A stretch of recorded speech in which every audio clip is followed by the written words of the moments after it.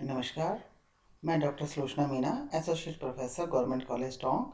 आज हम बात करेंगे प्राइस लाइन के बारे में, जिसे हम बजट रेखा भी बोल देते हैं, और साथ में हिंदी में अगर बात करें तो उसे हम कीमत रेखा बोलते हैं। कीमत रेखा क्या होती है?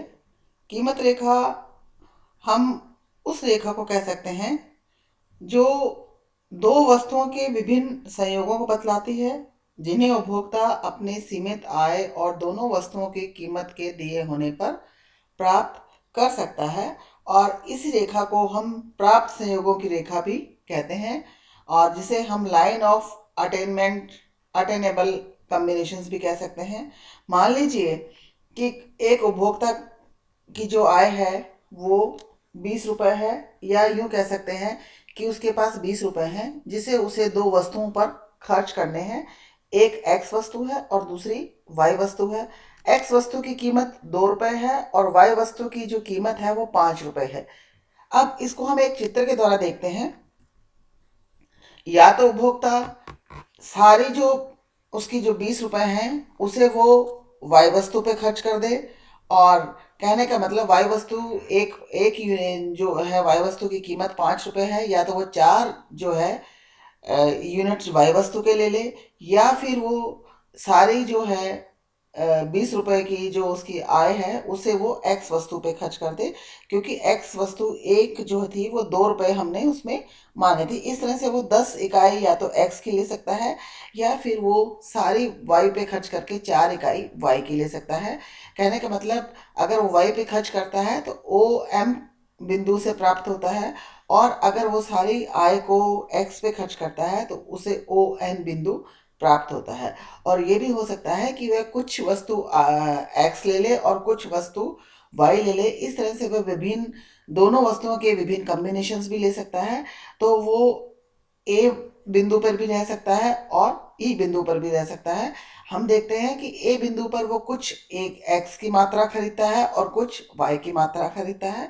इसी तरह से वो ई बिंदु पर एक्स की मात्रा बढ़ाकर वाई की मात्रा को घटाकर वो उस पर रह सकता है। और अब हम देखते हैं कि एम और एन को मिलाने वाली जो रेखा है उसे हम बजट रेखा या उसे कीमत रेखा कह सकते हैं।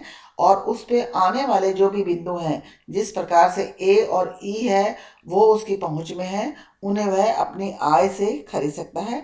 और इसी तरह से हम देखते हैं कि जो बिंदु जी है, वो बिंदु जी है, उस पर अगर वो बिंदु जी पर रहता है तो उसकी आय जो है वो पूरी खर्च नहीं होती, वो बच जाती है।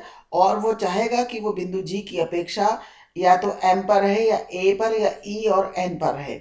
इसी तरह से हम देखते हैं जो बिंदु एच है वो उसकी आय से परे है, क्योंकि बिंदु एच को वो 20 रुपये की आय में प्राप्त नहीं कर सकता। और बिंदु जी जो है उस पर उसकी आय बच जाती है खर्च करने के उपरांत भी, और बिंदु एच उसकी पहुंच से बाहर है। और इस तरह से हम देखते हैं कि जो बजट रेखा पर, कीमत रेखा पर जो भी बिंदु होते हैं वो एक उपभोक्ता की पहुंच पर होते हैं। उन्हें वो अपनी जो सीमित आय है और वस्तुओं की दी हुई कीमत से प्राप्त कर सकता है। इसलिए हम कह सकते हैं कि कीमत रेखा दो वस्तुओं के उन विभिन्न संयोगों को बतलाती है, जिन्हें उपभोक्ता अपनी सीमित आय व दोनों वस्तुओं की कीमतों के देय होने पर प्राप्त कर सकता है। इस तरह से हम देखते हैं कि किस तरह से कीमत रेखा का निर्माण होता है। आगे हम देखते हैं कि कीमत रेखा की सहायता से उपभोक्ता है वो किस प्रकार से संतुलन पर रहता है, एक उपभोक्ता को संतुलन किस प्रकार से मिलता है।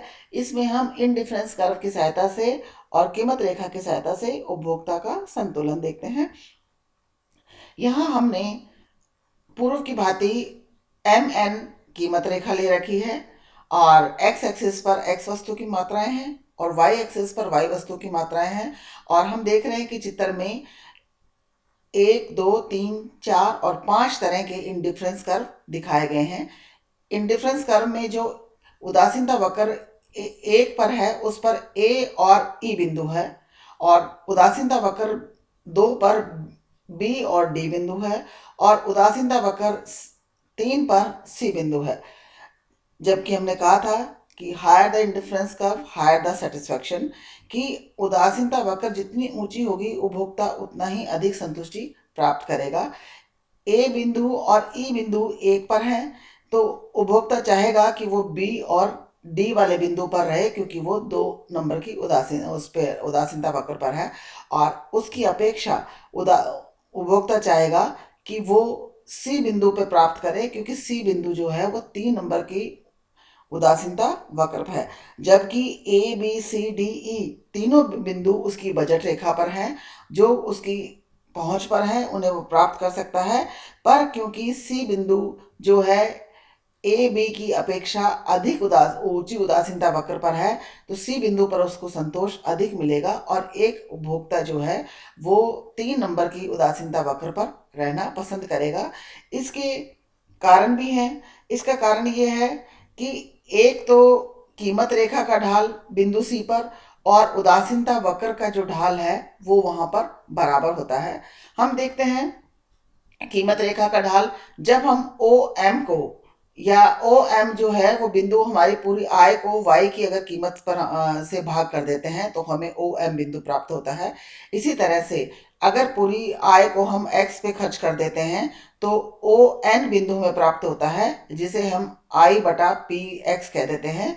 और यहाँ पर उसका ढाल किसके बराबर है, ओ एम, कीमत रेखा का ढाल बराबर है ओ एम बटा ओ एन के, जो कि हमें ऋणात्मक रूप में मिलता है, जिसे हम कह देते हैं पी एक्स बटा पी वाई होता है यहाँ पर।